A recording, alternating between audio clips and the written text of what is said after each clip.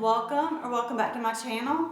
In today's video, I'm showing you two delicious Thanksgiving desserts. These are both pumpkin desserts, and I really think you're gonna love them. Now let's go ahead and get started. This first recipe is a pumpkin crunch cake, and it is delicious. To get started, in a large bowl, I'm adding a 15-ounce can of the pure pumpkin puree, not the pumpkin pie filling. I'm also adding in a can of evaporated milk, along with 1 cup of granulated sugar, 4 eggs, and for the spices, I added 1 teaspoon of pumpkin pie spice and 1 teaspoon of ground cinnamon. Also, half a teaspoon of salt. I used my electric mixer to mix this until everything was well combined, and the batter should end up looking very runny. I poured that batter into a greased 9 by 13 inch baking dish. Now you'll need 1 box of yellow cake mix.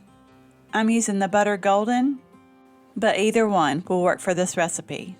You're just using the dry cake mix here, and you'll want to sprinkle it evenly over the top of that pumpkin mixture. Now I'm sprinkling over 1 cup of chopped pecans. And on top of that, you'll drizzle over 1 cup of melted butter. And yes, that's a lot of butter, but you have to indulge a little for the holidays. Now this bakes at 350 for 60 to 80 minutes. It should be set in the middle, and mine took about 75 minutes. And you do want to wait about 10 or 15 minutes before serving this. That way it has a chance to set up a little bit more. I like to top mine with whipped cream and pumpkin pie spice. This cake is so easy to make. It's absolutely delicious, and it would be perfect for your Thanksgiving dinner. Now this next one is pumpkin magic bars. I'm starting with the bottom layer, which is a graham cracker crust. In a mixing bowl, I added 2 cups of graham cracker crumbs, along with half a cup of melted butter. Mix that until the butter is evenly distributed. I'm using a greased 9 by 13 inch baking dish. You'll want to pour those graham cracker crumbs in, spread them out, and pack them down into an even layer. And onto that crust, you'll sprinkle over an 11-ounce bag of Kraft caramel bits. So if you've had the 7-layer bars, these are like the pumpkin version of those. And here I'm sprinkling over an 11-ounce bag of milk chocolate chips, but semi-sweet would work also. I set that to the side for a bit. I just used a large measuring cup for this next step. I added in 1 can of sweetened condensed milk, along with 3/4 cup of pure pumpkin puree. And for the spices, I'm adding half a teaspoon of pumpkin pie spice and half a teaspoon of ground cinnamon. But you could do all pumpkin pie spice if you prefer it that way. And stir that until it's well combined.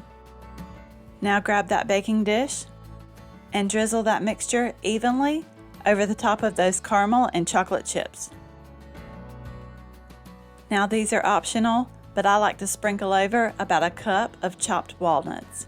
Or you could also use pecans. Now for the final layer, I'm sprinkling over 1.5 cups of sweetened shredded coconut. Now these bake at 350 for 35 to 45 minutes. These are easier to serve if you let them cool completely, then let them chill in the refrigerator overnight. So they make a perfect make-ahead holiday dessert. This worked out fine this way, but next time I think I'm going to save the condensed milk and pumpkin mixture to pour over the top at the very end. These are so good, and I really think you're going to love them. I really hope you enjoyed this video. You may also like this one. I hope you all have a very happy Thanksgiving, and if you're not already, subscribe down below, and I will see you in the next one.